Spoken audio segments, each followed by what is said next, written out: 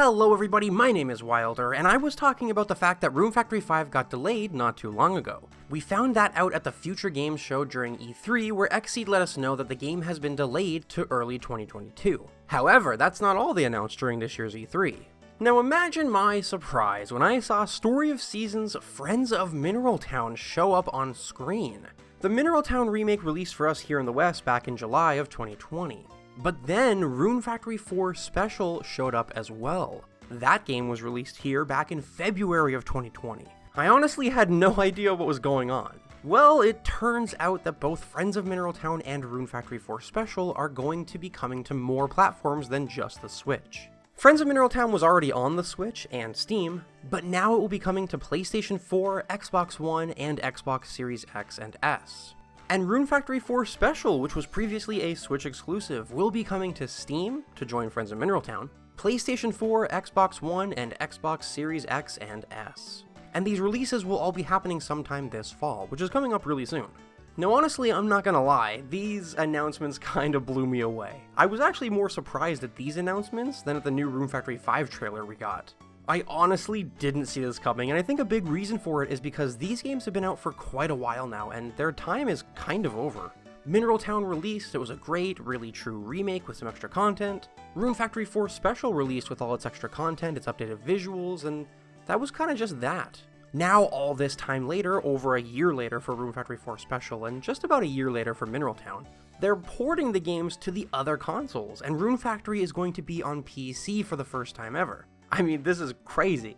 Now, one thing I did notice here during this announcement is that these games are both coming to not only Xbox One, but the new generation consoles, the Series X and Series S as well. However, there's absolutely no mention about a PlayStation 5 version for either of them, but they were very specific about both Xbox consoles getting it. My guess here is that this is happening because of Xbox's Game Pass service. Xbox Game Pass is great. It lets you pay a subscription to access and download a bunch of games to either your console or computer, and it's extremely popular right now, and its worth is quite honestly just growing at a rapid pace.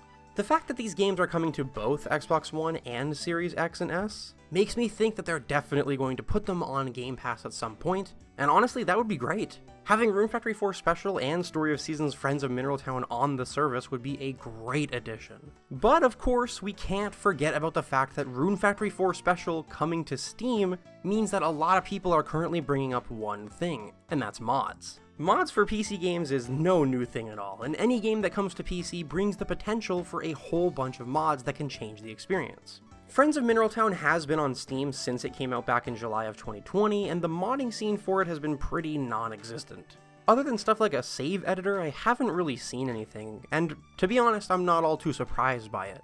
Mineral Town would definitely be a really cool game to download a bunch of mods for, big and small, especially due to the fact that it's a remake of an old game, so its mechanics are simple, and so is its content in a few areas. Adding new characters or areas to the game could be really cool. But Mineral Town just isn't one of the games that comes to mind when I think of mods, if I'm being honest. Because of this though, I don't really think that the Rune Factory 4 Special modding scene will be much different overall. To be fair though, Stardew Valley is a farming sim in the same realm as Mineral Town, and that game gets a ton of mods and support from the community.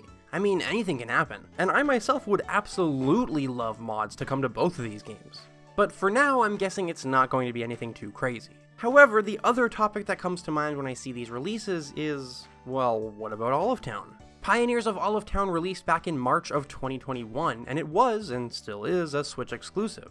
If both Rune Factory 4 and Mineral Town are coming to other consoles, with Rune Factory 4 coming to PC as well, then will Olive Town be getting the same treatment in the future?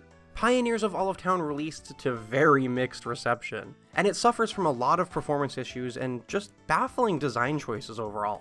However, the game is still receiving patches regularly, and it's receiving content updates through its expansion pass such as costumes, events, new areas, and new characters. I can't see Olive Town making its way to PC or other consoles while the expansion pass is still live and content is still coming out for it, but what about after that? Would you guys like to see Olive Town come to other platforms? But these series have already kind of dipped their toe into the waters of other platforms, with both Friends of Mineral Town and Doraemon's Story of Seasons releasing on Steam, and getting really positive reviews on PC. I honestly think that this move, putting Rune Factory 4 on PC and consoles along with Mineral Town, is just a way for them to test some more to see if they should truly expand out with these titles and franchises. There's no question that games like these probably have their main audiences on the Switch already, but there are also a ton of people who may have never played this genre at all before, and got into something like Stardew Valley because it was on sale on Steam and they just picked it up out of curiosity. Expanding to other platforms always means there's potential for new profits and sales, which is why I think they chose to do this with 2 older games rather than a new one like Olive Town. They probably want to see how much interest there is for the games on other platforms without committing a huge day 1 launch to it, which is actually pretty smart. The thing that I'm super excited for though is achievements and trophies. I love to go after achievements in video games. I love collecting trophies on PlayStation, and honestly, I'm still pretty sad that the Switch doesn't have an achievement system because I would replay so many old games so fast. But Friends of Mineral Town on Steam does have achievements, and pretty cool ones as well. Stuff like cook every kind of dish, get married, own this many types of animals, ship 1 of every crop at 5-star quality. They're pretty cool, and I think it would be pretty fun to try and get them all. I also think that if achievements of some kind were on the Switch, it would have helped with the fact that there's not a ton to do post-game in Mineral Town. Would have been really nice. But anyway, I love achievements, and the fact that both Mineral Town and Doraemon Story of Seasons have achievements on Steam leads me to believe that Rune Factory 4 Special will get them as well. Not just on Steam though, on all platforms it'll be coming to, just like how the Mineral Town achievements will definitely carry over to the PlayStation and Xbox. I think it would be cool. I don't know, I think it's really exciting. I know it's been a while since its release, and we've probably all played Rune Factory 4 Special to death by now. But are any of you kind of interested in achievement hunting in the game at some point if it does get them? Or how many of you have wanted these games on different platforms to begin with anyway? I know a few people who are very happy to have this game on PlayStation. And on top of all that, do you think if these games sell well on other platforms, that this could become a regular thing in the future? Let me know what you think about all this, because that's going to be it from me today. Hey, if you're interested in supporting the channel, there's a link to my Patreon in the description. It's got a ton of cool perks and rewards. Anyway, thank you all for watching, and I'll see you in the next one.